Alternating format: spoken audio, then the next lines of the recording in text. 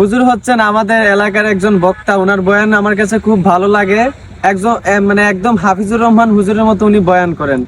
তো হুজুরের কাছে একটা রিকোয়েস্ট, একটা শের আমাদেরকে মানে বইলা শুনান। জি হুজুর বলেন। अल्हम्दुलिल्लाह।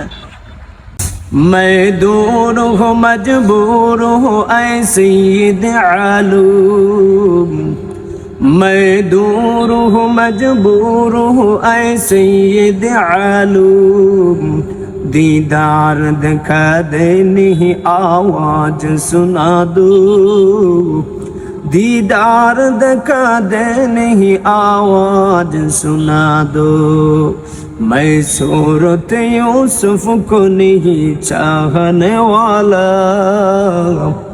मैं सूरत यूसुफ को नहीं चाहने वाला, मैं कैसे की मानंद नहीं आशिक लैला, मैं आशिक मौला हूँ मेरा इश्क दीवाना,